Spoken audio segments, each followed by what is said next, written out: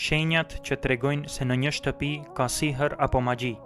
Problemet e shumta në shtëpi, zënka, konflikte dhe urrëtie mes anëtarëve të familjes pa ndonjë shkak të rëndësishëm.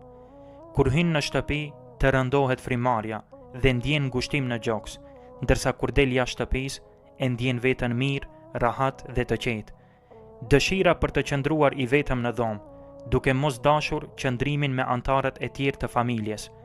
Refuzimi i kërkesës për fejesë nga ana e vajzës apo djalit pa ndonjë shkak të caktuar. Gjetja e disa pikave të gjakut në tokë, në perde ose në rroba.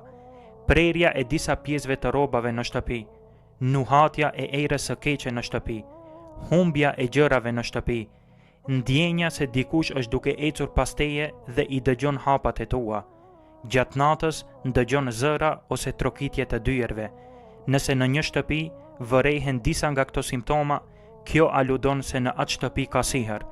Këshilla ime për anëtarët e kësaj shtëpie është që në radhë të parë t'i mbështeten Allahut fuqiplot, e më pas t'i kërkojnë shkaqet për shërim, duke u adresuar tek hoxhallarët të cilët bëjnë rukje me Kur'an, dhe pastaj me lejen e Allahut do të bëhet zgjidhja, duke e gjetur sihrin dhe prishur nga vendi ku është vendosur.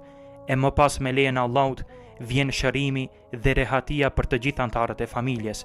E lutim Allahun që t'i mbrojë dhe t'i ruaj muslimanët kudo që janë.